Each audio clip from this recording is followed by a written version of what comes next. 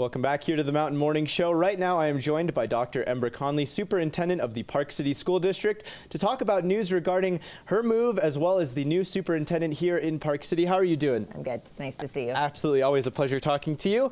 So let's talk about your move. When are you getting ready to go down to the Mesa School District, which again, congratulations. Thank you. Yeah, it's absolutely. Yeah, we're really excited. Well, actually, I go down this next week. I'm starting to transition. As I've said, the superintendent there is retiring. He's going to be mission president in the Dominican Republic. Oh, wow. And so he's, you know, I feel for him because he's not only, you know, retiring, but he's packing up his house and going to be gone for 3 years out of the country. Wow. So I've had some really great transition time with him. Interesting enough, I got a text message last night. The teachers of Mesa Public School have been very involved with the Red for Ed. I don't know if you've been keeping up with the Red for Ed. I have been, yeah. And actually just received word that they're going to be staging their walkout on Thursday. I saw that they voted this morning. It was actually breaking news this morning that Arizona teachers voted unanimously. Actually, it wasn't a kind of a partisan thing. No. It was a unanimous decision to walk out on is it Friday? Is Thursday. It Thursday? Next Thursday. And it just so happens that's when I'm going to be down there. Which will be it will be a really great opportunity for me to see the work that the team has done around, you know, communication with the parents, working with the legislators. But you know, when you look at funding, Arizona's the lowest, and I've shared this, that, you know, being from Arizona and working in Arizona and then coming to Utah. And while we hear Utah's the lowest, you know, second lowest funded, it's a completely different funding source. And structure and formula of how it's designed. And then being here in Park City is kind of a different experience as well. Totally. I mean, Park City School District is so unique in the state of Utah in the sense that we have the whole community that backs and supports the school district and Park City Education Foundation. Right. We have so many. So we are.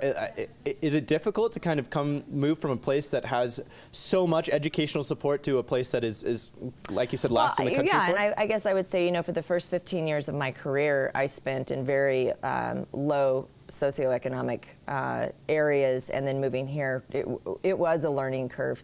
But I would say that I've learned so much. You mentioned the Ed Foundation, of what they've been able to do to motivate and be a vehicle for funding for our teachers and for special programs, and have already had a conversation. In fact, when I go down, I'm meeting with the Ed Foundation director of Mesa to be able to say, here's what Park City has done. And granted, I know that the generosity in Park City is phenomenal.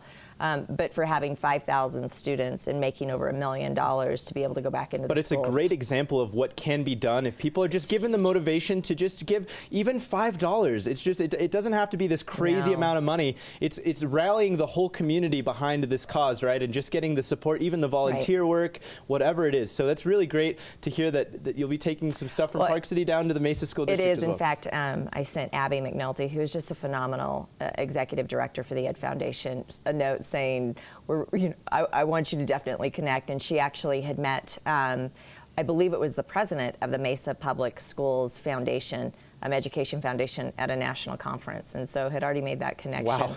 It is. Little full circle. It is, you know, and it's going to be a pretty major change. Mm-hmm. But we're our family, and I'm excited about it professionally. Well, congratulations Thank to you. you. Let's talk about the news regarding the appointment of an interim superintendent. Yep. As the kind of search for a full-time superintendent continues here in Park City.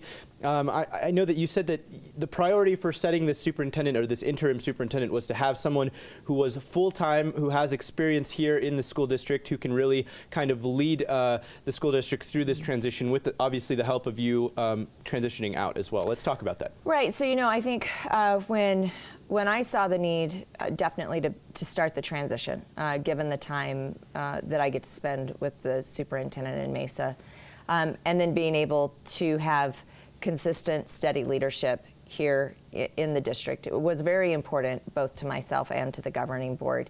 And I would also say, looking at opportunities for the interim, Dave Gomez has been a principal in our district for 6 years and has years of administration in the Valley.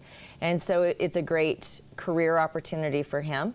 Mm-hmm. But it also provides some transition time for me and to free that time up. I think the other really important factor was knowing that they're just now looking at interviewing for superintendent candidates, wondering if they're going to have someone in place by July 1.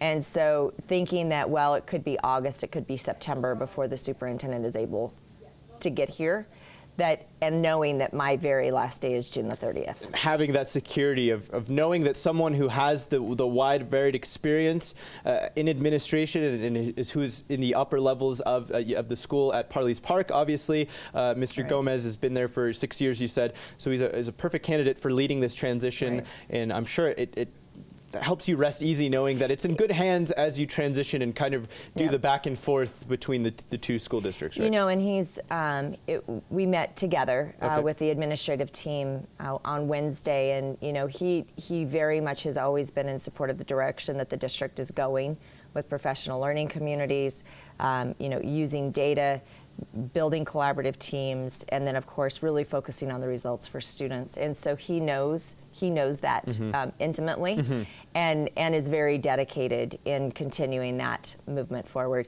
Which I think, you know, when you look at a change of leadership, there's always an uneasiness of, is everything we've been working on for the last 5 years going to be, you know, overturned? And it could. You know, you never know. But what we're doing is research-based. It works. Yeah. And so I think it really helped our administrators and the team breathe easier, that things are going to be, you know, be moving forward as we've been planning. Well, that's great. And so what's the time frame we're looking here? Obviously, you said it could be July, August. We're not really sure. That's why the appointment of this interim director was so important. It's interim superintendent, pardon me.